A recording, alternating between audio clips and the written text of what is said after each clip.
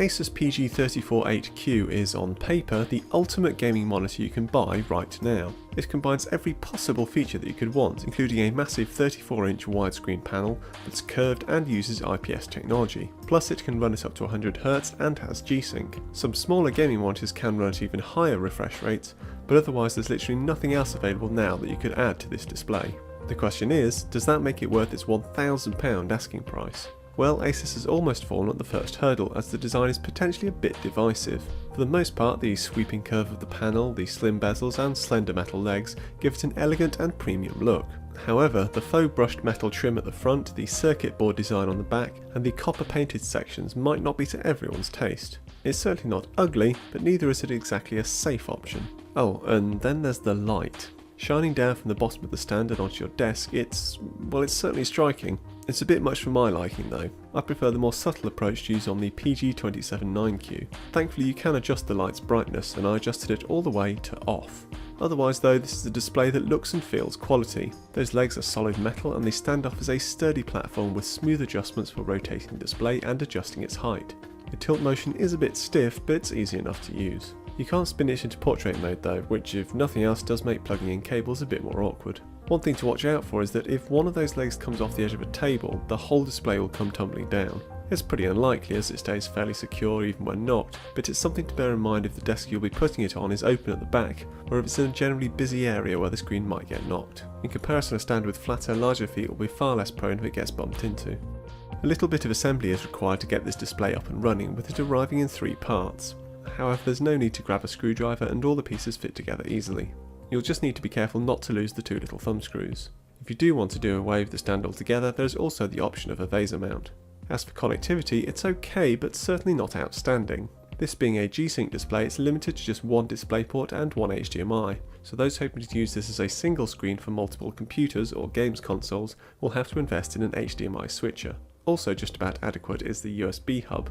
You get 4 USB 3 ports, but they're all situated on the back where they're pretty inconvenient to reach. I'd have preferred to see a couple of these on the side. I have few complaints when it comes to setting this display up though. First, because it comes straight out of the box with excellent image quality, and second because the on-screen display is fantastic. It uses Asus's signature joystick system for navigation, and it's just effortless to quickly move around. There are quite a lot of extra options that I didn't find of much use, and in fact some of them made things a little bit confusing, but again, with it arriving so well set up, there's little need to worry about them. The only thing you will have to do is enable overclocking so you can run it at 100Hz, as by default it's set to just 60. I was intrigued to see if the overclocking actually affected image quality, so tested out both 60 and 100Hz, but found the results to be essentially identical, so there's no worry that you're compromising image quality for speed. And what image quality it is! Across the board it's right up there with the best for colour accuracy, contrast and fine colour gradation. Combined with the inherently good viewing angles of the IPS panel, you have a rock solid, accurate looking image. There are better screens for pure colour accuracy and contrast, but only really from panels aimed squarely at professional imaging use. Add in the 21:9 aspect ratio and huge screen size and it really is quite something to behold. This is most felt when gaming, where the extra peripheral vision and curved panel gives you a real wraparound sensation and competitive advantage. Crank the screen up to 100Hz and turn on G-Sync and, well, it really is as good as you can get, assuming your graphics card can cope with the resolution and frame rate. Even the speakers pack a half decent punch. All this said, I did find this monitor look just a little grey and washed out when watching movies, no matter what settings I changed, at least compared to my day-to-day ViewSonic monitor. It's certainly still very watchable and according to test data it performs well, but I'll be intrigued to see if the Acer X34 performs differently when I get it in for testing next week. Also, it's watching movies where you're most likely to notice the slight backlight bleed from the corners and any IPS glow when viewed off-axis. Neither are much worse than any other display of this calibre, but compared to a good plasma TV for instance, I know which I'd rather watch a movie on. In summary then, I am seriously impressed by the Asus PG348Q. It absolutely delivers on its promise of being the one monitor that does everything, and the premium it is demanding isn't too bad for such a standout product. It's just a shame no one has made an equivalent display running FreeSync, as it would likely be markedly cheaper. Otherwise, if you are happy to compromise and drop G-Sync or the curve or the 100Hz refresh rate, then I'd absolutely recommend you do so, as it can save huge amounts of money. For instance, the AOC U3477PQU is under £500, but if you simply must have it all, then the PG348Q definitely delivers. As for this monitor's big rival, the Acer X34,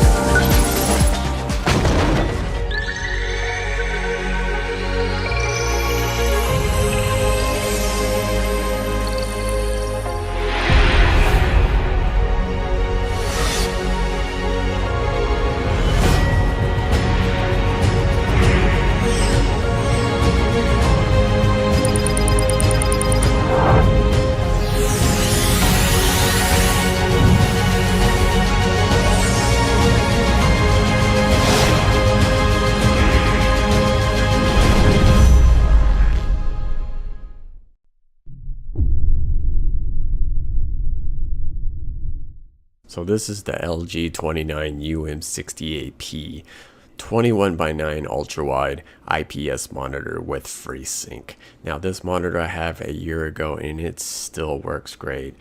Now I use this monitor for gaming and editing my videos for YouTube and stuff, and to be honest with you, I did purchase this at the time for $200, but you can retail it on Amazon for $246, so not a bad deal for a gaming monitor for all your needs.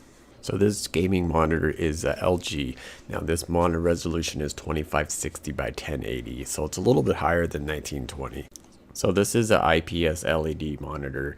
Now it does come split screen and with FreeSync. It does not come with Thunderbolt or quick charge, or it's not curved. So on the back of the monitor it has two HDMIs and one display port. Now if you want to use a FreeSync, you do have to have a plugged into the display port so you can have that FreeSync.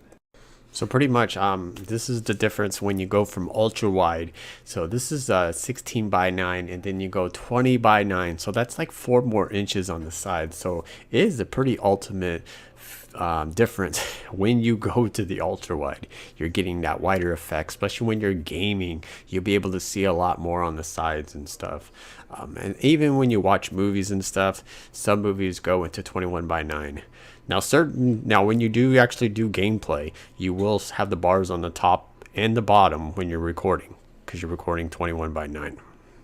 So this gaming monitor is very sleek design. I really like it how the end of the bezels are really nice and thin. That is like a big thing with my monitor. Now some people really do like that, and this is the monitor to get if you really like those small thin bezel ends. So the stand, I'm not too fond about the stand. It kind of curves out, so if you got stuff on the desk, it's kind of in the way. But you can always get a monitor arm stand or a monitor arm, attach it to the wall or something. But for $256, you cannot beat this deal for this gaming monitor, and you can do quite a bit with this. So you could do add open windows, multiple windows. You can edit, and it's a lot more room, and you got more space, especially when you're editing your videos. Now I'm telling you, once you go to ultra wide, you will never go back to 16:9. 20:9, 21:9 ratio is so much different. Now it is a lot different when you're recording and gaming, so just remember that, because your resolution is higher and everything. So everything does look a little different, and when you're doing gameplays and stuff, you will see the bars on the top and bottom and not the sides. It just depends on how you format it and stuff. So that's pretty much it of this gaming monitor. So if you guys want to check out the product, I'll put down in the description below.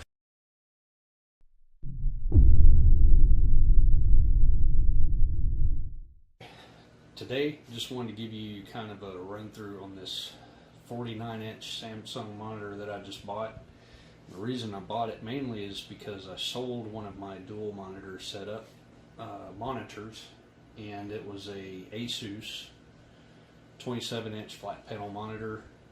I had 2 of them up here, so when I sold one of them, I decided, well shoot man, I'm just gonna get me one full 49-inch screen that will act as 2 of those 27-inch monitors without the bar in the center. That just drives me nuts, like all the time. I can't stand that bar in the center.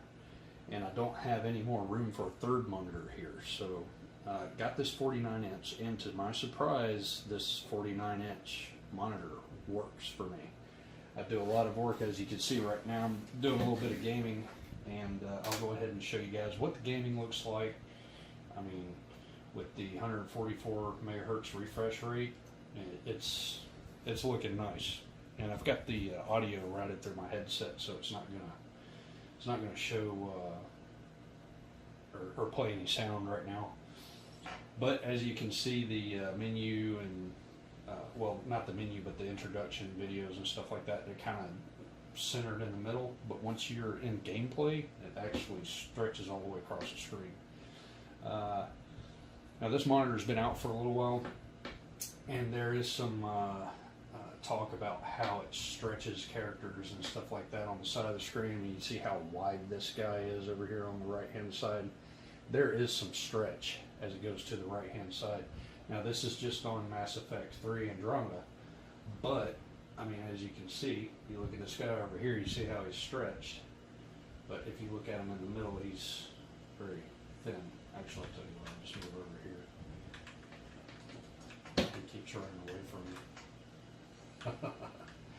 Anyway, refresh rate is awesome. I mean, I've noticed a huge difference going from a 60 hertz to 144 hertz. Anybody's going to notice a huge difference.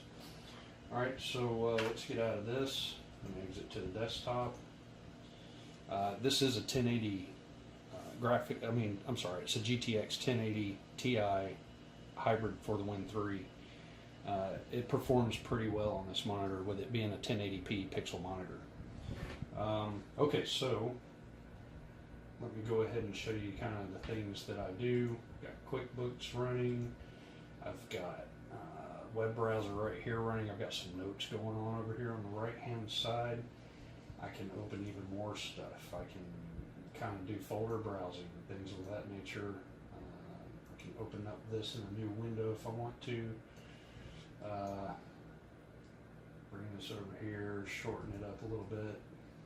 So office productivity, this monitor really excels. I mean, I can't really explain it any better than that. Full fronted gaming, productivity, everything, you name it. It works better than my two 27-inch flat panel monitors I had in here. They worked well, but now that I've been working with this, I feel like those two monitors have been restricting me all the time that I've been using them. This is a much better deal. I would rather pay $1,000 for this monitor than pay $500 for two 27-inch monitors any day, just because of the usability I get out of this. This is very nice, and it's just one monitor. All right, well, anyway, that's all we got today. You guys have a good one. Thanks.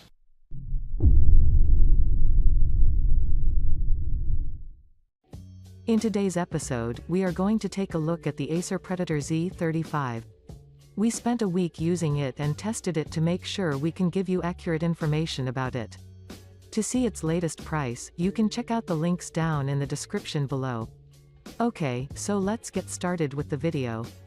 This is a true masterpiece regardless of which perspective you see it from, and the price is just another good reason to purchase it and get this beast in your home. From a design perspective, it features a 35-inch VA panel that can produce a maximum resolution of 2560 by 1080 with 21 by 9 aspect ratio. Moreover, the screen has a matte anti-glare coating and is placed in a matte black cabinet with red accent and a curved back. Looks great, doesn't it? The panel's native refresh rate is 144 Hz, but you can overclock it to a maximum of 200 Hz. But that's not all. Beneath the bottom bezel, there are 6 buttons and a set of LED lights that can be programmed to shine in many colors, and they will add a lot to the gaming environment. Now let's talk about the connectivities. The Z35 has a 1.2 display port, an HDMI 1.4, 5 USB 3.0 ports from which one is placed downward, 4 are placed upward, and 2 built-in 9 watts DTS sound speakers. From a performance perspective, this monitor features NVIDIA G-Sync, which minimizes any screen tearing or display stuttering. Moreover, using the Predator Game View technology, you can adjust the dark levels, set precise color adjustments and more. The ultra-low motion blur technology will help you a lot while you're dealing with fast-moving gameplay, and it will show every object perfectly sharp without any ghosting.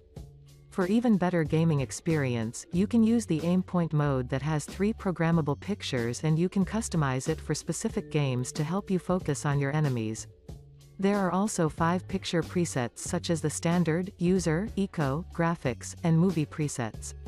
Moreover, you can select the blue light setting to reduce any eye pain, the dark boost for enhancing shadow details, and the adaptive contrast for adjusting brightness levels according to the screen content. Also, you don't have to use your old speakers anymore, because the 2 built-in sound speakers paired with the Acer's TrueHarmony will deliver pretty good sound. However, a headset would be better for gaming in my opinion. Before we end, I want to mention that this monitor has a response time of 4 milliseconds that makes it pretty fast and great for your overall visual experience. To conclude, this monitor will change everything on which you were used to. You won't ever have to deal with lag again because it is very powerful and everything displayed is of the highest quality.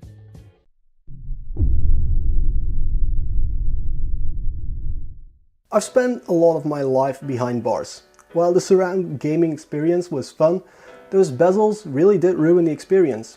Luckily, LG was nice enough to lend me their new 34UC97G Ultrawide gaming monitor. As the name suggests, this is a 34-inch model. The resolution is only 2560 by 1080, which doesn't really help to make everything look super sharp, but at least it's a resolution that your GPU will actually be able to push enough frames to. The display goes all the way to 144 Hz and has FreeSync for when your frame rates drop.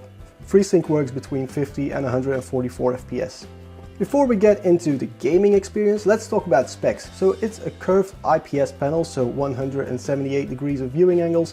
The colors are very nice, but perhaps not super accurate. Now the response time actually is 5 milliseconds, not 1 millisecond as advertised. That 1 millisecond is in a special gaming mode, which then disables FreeSync, so you don't want to use it. You also have about 14 milliseconds of input lag, which I guess is pretty good. I/O is plenty. With a built-in USB 3.0 hub, you get dual HDMI 2.0 and a single DisplayPort 1.2. There's also an audio pass-through and some very decent speakers built in. Now I like the build quality. It feels very high quality and it doesn't look too tacky, although I'm not sure about those red lines yet. You have 12 centimeters of vertical adjustability and 25 degrees of tilt. Of course, you can also mount this display to a VESA mount. The bezels are thin, but there is the usual LG black bar around the display. Moving on to the gaming experience then, it's pretty damn sweet. 21/9 really works for me in racing games and shooters. There's just something about that wide field of view that makes games more immersive. A bit like surround gaming, but without the bars. The high refresh rate is great too, and FreeSync really helps prevent tearing. I have not a single complaint here. However, when you go to MOBAs, it's a bit different. Because the display is so wide, it's kinda hard to keep an eye on your minimap in a game like League of Legends.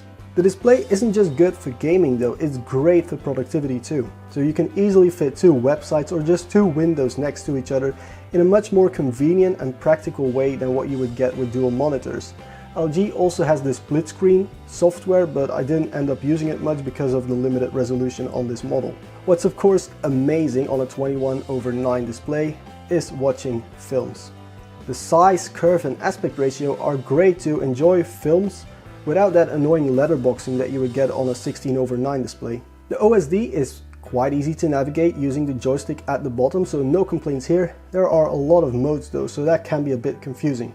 So to conclude, the LG 34UC97G is a great gaming display which also does a great job at productivity work and watching films. Colors are accurate enough, and while the resolution isn't always great, it does help take some stress off of your computer. FreeSync really helps prevent awful tearing if you have an AMD GPU, and if you don't, just make sure you can push high enough FPS and you're fine too. Just think of FreeSync as an added bonus, not as something that you pay for. I really like the design and the build quality, but the OSD can perhaps be simplified a little. Anyway guys, if you like this video, press that like button, hit the subscribe button.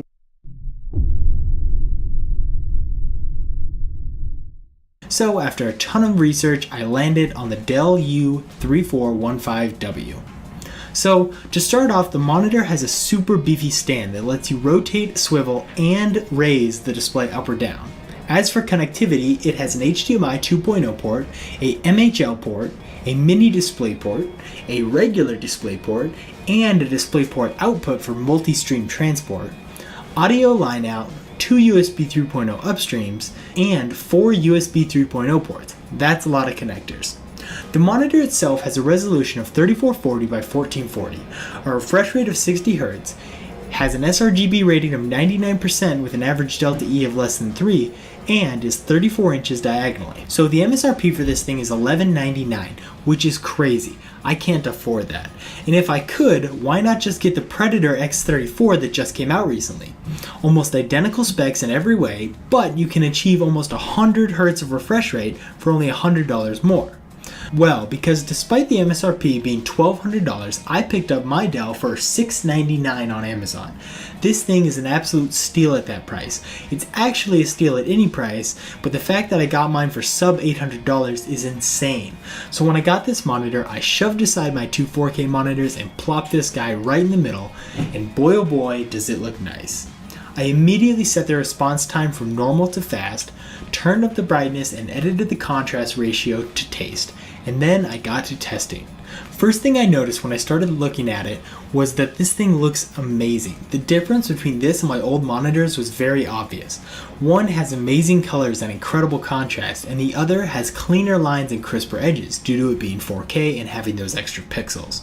So while I did notice the lack of crisp details on the icons and text due to me downgrading from 4K to 1440p, it is totally worth it for way better colors, more uniform brightness, and much better contrast. So after seeing how good it looked on my desktop, I obviously had to test it out in some games. I opened up Counter-Strike Go and I immediately breathed a sigh of relief as I knew I had made the right purchase. Upgrading to a bigger screen is one thing. Upgrading from a TN panel to an IPS panel is one thing. Upgrading to a curved monitor that subtly immerses you in the game is one thing, but when you do them all at once, it will blow your freaking mind. I could hardly look away from this monitor to write this review. It's like a kid at Christmas. I just keep staring at this monitor. Oh, and you know one thing that I forgot to mention up until this point? You can overclock this thing. I tried to overclock my old monitors to try and go above 60 Hz, but had no luck. And I had read about people overclocking this monitor, but when I actually tried it, I was very surprised to find that it just worked. I first tried to go all the way up to 85 Hz being optimistic, and of course, failed. Then I tried 75 Hz and then 80 Hz, and both worked perfectly. That's right, on this Dell monitor that I got for $699, I not only have 1440p, 21:9 aspect ratio, and amazing colors in picture, but I have 80 Hz refresh rate, which is insane. It did not help my CSGO skills. Okay, so what's the downside? What's wrong with this monitor? Well, a few people online have complained about backlight bleed being very bad on their models. On mine, I have a tiny amount in the top corners, but overall, it was great for me. Other people have complained about the inconsistency in the amount the monitor can be overclocked, so your mileage may vary. My only issue with these type of complaints is while they are real and valid, they are on a case-by-case basis, and there is no way to control it. I did feel like Dell put in some serious effort with quality control on this monitor, as I got a calibration report that had tons of information about my monitor's color gambit and backlight bleed for my specific unit, which is pretty cool. In fact, in my particular model, I had an average delta E of less than 2, so that's nice. Alright, so let's wrap this up. What's the moral of the story on this monitor? I honestly have not one thing to complain about on my unit except for the fact that finding native 21:9 content is really hard to do. But as for the monitor itself, I don't want to say it's perfect because I would love a higher refresh rate and a 4K display, but I honestly can't think of any reason not to get this thing if you're in the market for an ultrawide. It's not that it just has tons of awesome specs and you can overclock it. It's because of the specs in combination with the price. When compared to the Acer XR341CK from Amazon, the only difference is the price when you consider that you can easily overclock the Dell to the same 75 Hz that the Acer totes. So I'm not saying that you have to get an ultrawide, but if you are, you should be getting this one. If you liked the video, please subscribe for more videos like this, and if you guys have any thoughts on the video, feel free to like or comment below.